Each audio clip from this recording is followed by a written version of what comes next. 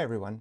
If you like your poetry to blend alliteration, use of language in creative ways, with thoughts on the history of museum building and legacy of colonialism, then today's book just might be for you. Today we'll be reviewing Information Desk by Robyn Schifff. Welcome to Spencer Reads Everything. I'm your host, Spencer Duncan.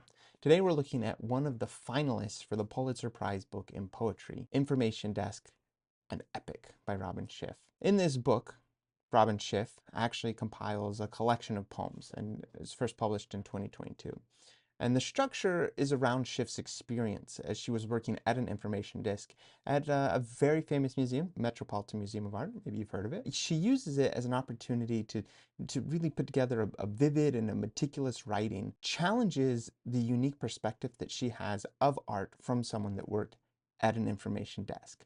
But to be honest, that's only part of it. That's the backdrop of it. Of course, just like any poetry, she really tries to delve into much more than that. You can see it all throughout where she'll mention something that alludes to or references the fact that she's working in a museum, and suddenly she'll switch into a much deeper question, much more profound question.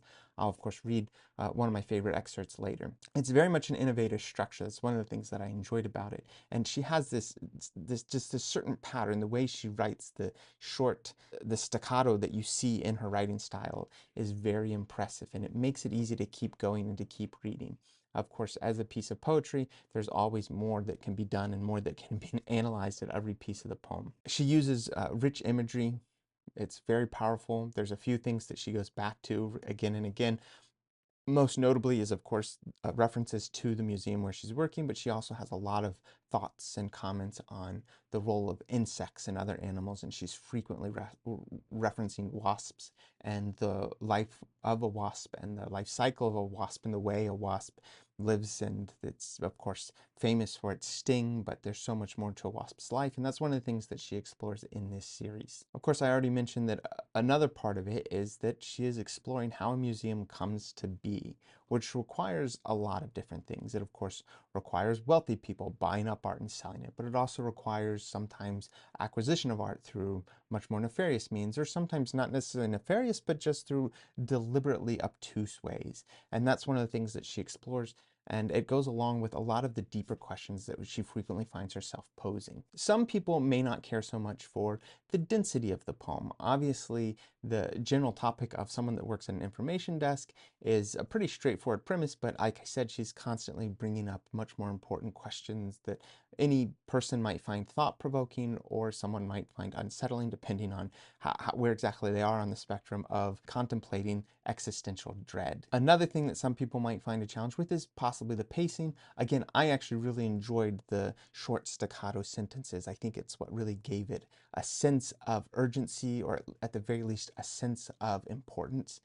But some people might struggle with that pacing. One of the reviews I read actually was a bit of poetry in and of itself, and I want to read just a little bit. I think it not only is a wonderfully written review, but I think that it gives an excellent characterization of the poem and is in and of itself something that's just very pleasant to read. Lindsay Turner writes about Information Desk. She says, in her ragged 6-line stanzas, Schifff follows serpentine, glittering chains of thought and association, mostly having to do with artifacts and insects, leaps over logical gaps and picks up again, lets the language lead where it wills, and catches herself in the act of doing it. I think that that review encapsulates really well exactly the style of this poem.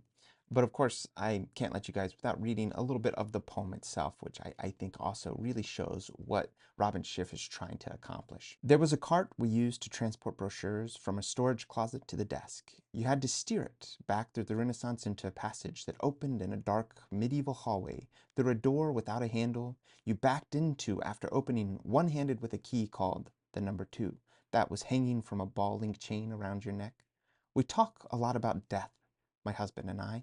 I want to add to the utter absence of the weight that once seemed everlasting of the child asleep upon me that I can feel not feeling, which is the overtaking void circumscribed exactly the pressure at my nape of that ball link chain when I bent down to insert the key. Of course, the poem goes on and all throughout has that powerful imagery, and again is referencing the information desk and working at the museum, and also coupling it with questions of great significance about relationships, about life, and the challenges that we face as we consider our own mortality. Who is this book for?